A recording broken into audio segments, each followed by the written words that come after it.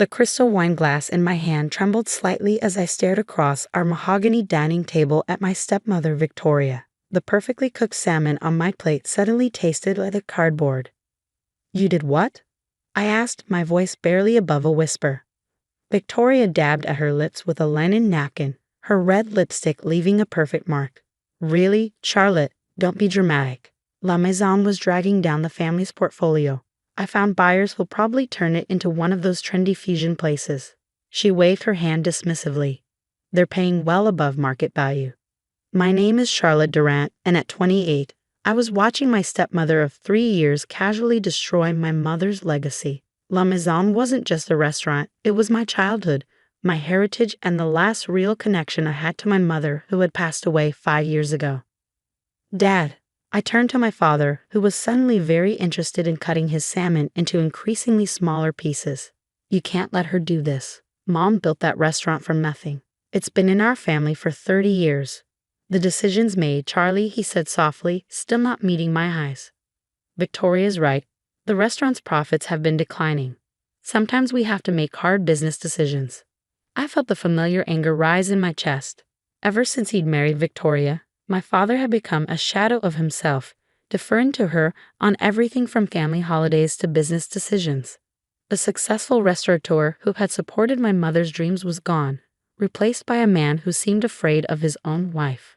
"Hard business decisions," I repeated, "like selling a property you don't even own." La Maison was left to me in Mom's will. Victoria's perfectly sculpted eyebrows rose slightly. "Actually, dear, your father maintained controlling interest as executor of the estate until you turned 30. We're well within our rights to sell." I set down my wine glass carefully, afraid I might shatter it in my grip. She was right. My mother's will had stipulated that my father would manage the restaurant until I turned 30, thinking he would protect it, nurture it, keep it running until I was ready to take over completely. What my mother hadn't anticipated was Victoria Torres, the glamorous real estate agent who had swept into our lives 3 years after her death, bringing with her an aggressive approach to modernizing our family's assets. "When?" I asked, proud of how steady my voice remained. "The new owners take possession next Friday," Victoria replied, taking a delicate sip of her wine. "They're paying cash, so the closing is expedited. I'll need you to handle the staff notifications and inventory clearance." Of course she would. Victoria always managed to delegate the unpleasant tasks to me, all while maintaining her image as the efficient, business-savvy stepmother who was just looking out for the family's interests. I pushed back my chair and stood up. "If you'll excuse me, I've lost my appetite." "Charlotte." My father finally looked up, his face lined with guilt. "Try to understand. The restaurant, it's not what it used to be. Your mother wouldn't want you tied to a failing business." I stared at him, remembering all the nights he and Mom had spent planning menus, selecting wines, building La Maison into one of the most respected French restaurants in Boston. How quickly he'd forgotten. "No," I said quietly. "Mom wouldn't want me to give up without a fight." I walked out of the dining room, Victoria's voice floating after me. "Really, Charles, I don't know why she's being so difficult about this. It's just a restaurant." Just a restaurant. As if La Maison could be reduced to mere brick and mortar, to profit margins and market value.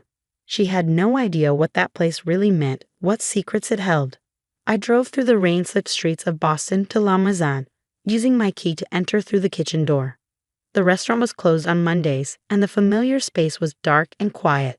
I moved through the kitchen, running my hand along the stainless steel counters where I'd learned to cook at my mother's side.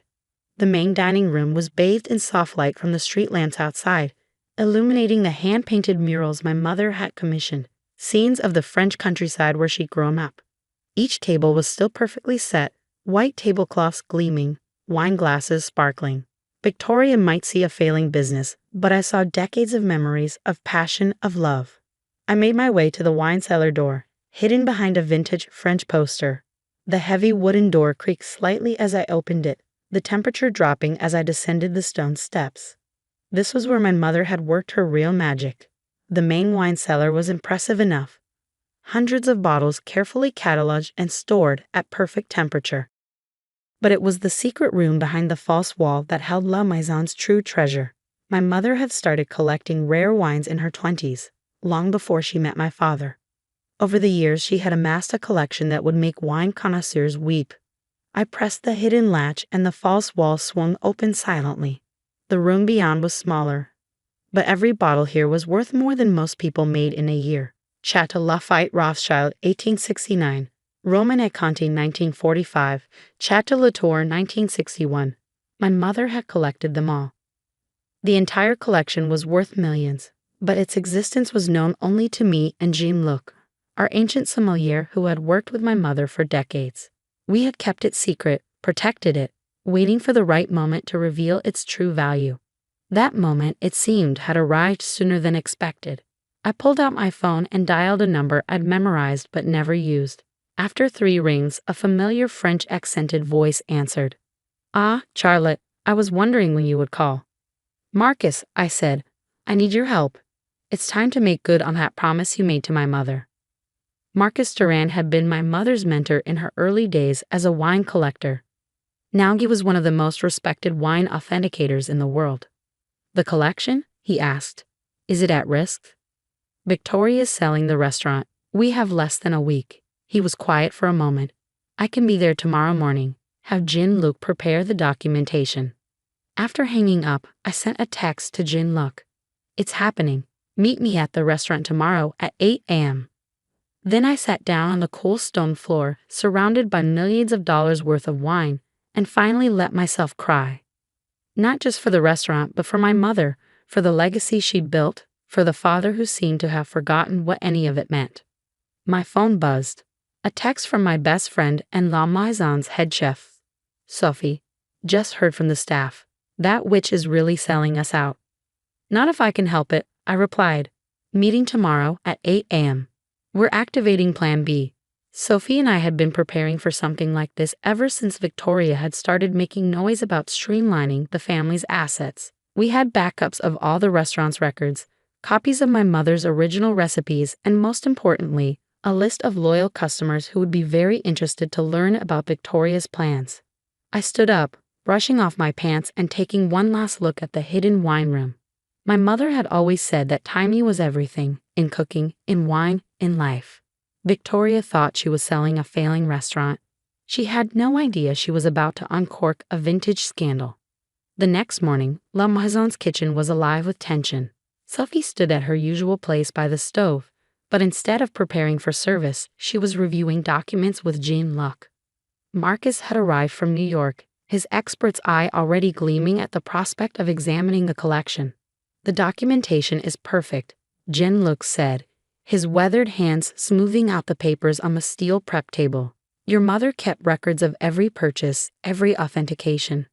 The provenance is undeniable." Marcus nodded, adjusting his wire-rimmed glasses. "And you've maintained perfect temperature control?" "The humidity levels." "Exactly as Madame Durand specified," Jean-Luc replied. "For 25 years, I have not deviated from her instructions by even 1 degree. "Then let's see them," Marcus said. I led the small group down to the cellar, watching their faces as I revealed the hidden room. Even Sophie, who had known about its existence, gasped at the sight of so many legendary wines in one place. Marcus moved through the collection with reverence, examining bottles, checking labels, making notes. After an hour, he turned to me with an expression of barely contained excitement.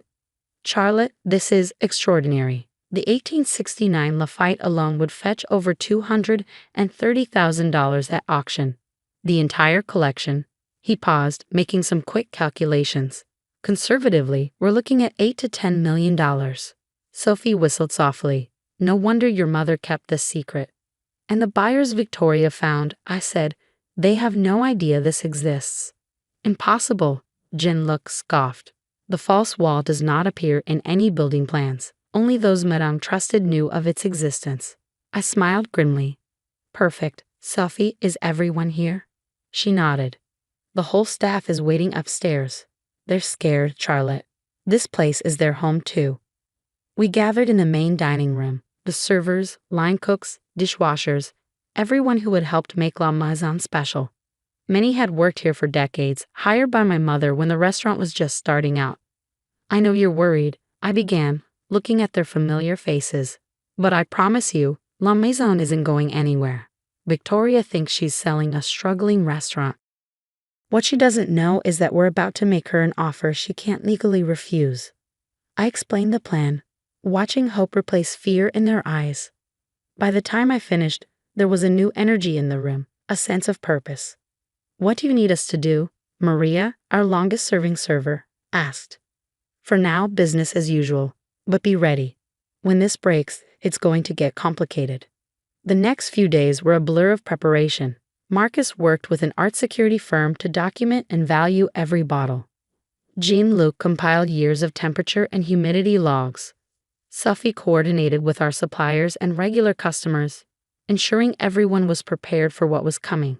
The night before the sale was set to close, I sat in my mother's old office, looking at her photograph on the wall. She was standing in front of La Maison on opening night, young and beautiful and full of dreams. My phone buzzed. Victoria calling for the third time that day. I let it go to voicemail, already knowing what she wanted. She'd been trying to get me to sign some last-minute paperwork, probably trying to legally protect herself. The next morning, I arrived at the restaurant early. Victoria was already there with the buyers, a pair of sleek entrepreneurs in expensive suits who looked like they'd never worked in a kitchen in their lives. "Charlotte," Victoria said with fake warmth. "Good you're here. We just need your signature on a few things before we finish up." I smiled, setting my briefcase on one of the dining tables. "Actually, I have something you all need to see first." The buyers looked confused as Marcus and Jean-Luc entered, carrying stacks of documentation. Victoria's smile faltered slightly. "What's this about?" "We have a closing scheduled." "Yes," I cut her off. "About that. Did you disclose the wine cellar in the sale documents?" She waved dismissively. "Of course. The wine inventory is included." "Not that wine cellar," I said quietly. "The other one." The color drained from her face as I led everyone downstairs. The buyers' expressions changed from annoyance to amazement as the hidden room was revealed. Marcus began his presentation, discussing the value and rarity of each bottle. "This collection," he concluded, "represents one of the finest private wine collections in the world. Its total value exceeds $9 million. Victoria's perfectly manicured hands were shaking. "This is ridiculous. Charles never mentioned." "Because he didn't know," I said. "Mom kept this separate from the family assets. It belongs solely to me, as specified in a separate trust document." I pulled out the paperwork my mother's lawyer had helped me locate. "If you sell La Maison, you're also liable for the value of this collection, which was never included in the sale price." The buyers were already backing away, realizing the deal was about to get much more complicated. Victoria's face had turned an interesting shade of red. "You planned this," she hissed. "You let me arrange this sale knowing you had no right to sell my mother's restaurant in the first place?" I finished. "Yes, I did. Just like you planned to sell this place out from under me before I turned 30. My father chose that moment to appear at the cellar entrance, his face a mix of shock and something else. Was it pride? "Charlie," he said softly, "the collection, your mother never told me." "She wanted to protect it," I replied. "She wanted to make sure I would always have a choice about my future, that I couldn't be forced to give up her dream." Victoria turned to him, ready to launch into one of her manipulative speeches, but he held up his hand. "No, Victoria, enough." He looked around the cellar, then at me, really seeing me for the first time in years. "The sale is off. La Maison stays in the family, just like Catherine wanted." The next few weeks were a whirlwind of change. Victoria moved out, unable to face the embarrassment of her failed scheme. My father, as if waking from a long sleep, began spending time at the restaurant again, rekindling his love for the business he and my mother had built together. La Maison's wine collection, now properly valued and insured, became the talk of the culinary world.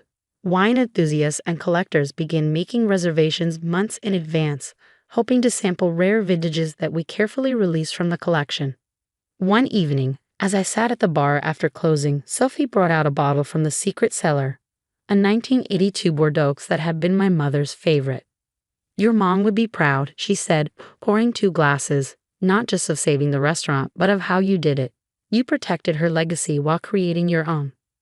I took a sip, letting the complex flavors remind me of all the wine tastings my mother had hosted, all the knowledge she'd passed down. "You know what's funny?" I said. Victoria thought she was so clever, trying to sell a failing restaurant. She never understood that the real value of this place isn't in the building or even in the wine. It's in the memories, the passion, the love that goes into every meal and every bottle we serve. My father joined us, looking more like his old self than he had in years. Your mother used to say that a great restaurant was like a great wine. It gets better with age, but only if you respect its history while allowing it to evolve. He raised his glass. To Catherine, who knew exactly what she was doing when she created that secret cellar. And to you, Charlie, for being every bit as clever and determined as she was. As we toasted, I looked around at the restaurant, at the staff cleaning up, at the paintings on the walls, at the warmth and character that no trendy fusion place could ever replicate.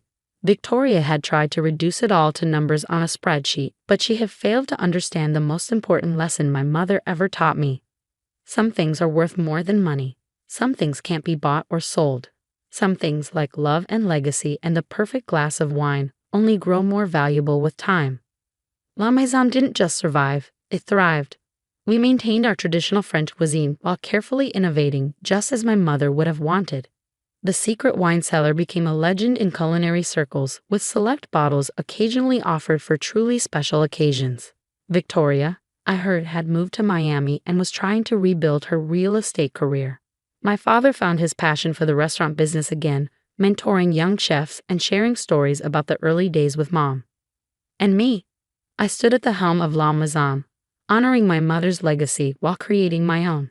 Every night, as I walked through the dining room, greeting guests and suggesting wine pairings, I felt her presence, not as a ghost, but as an inspiration. Because in the end, she had given me more than a restaurant or a priceless wine collection. She had given me the tools to fight for what mattered, the wisdom to wait for the right moment, and the confidence to know that sometimes the best revenge is simply proving them wrong.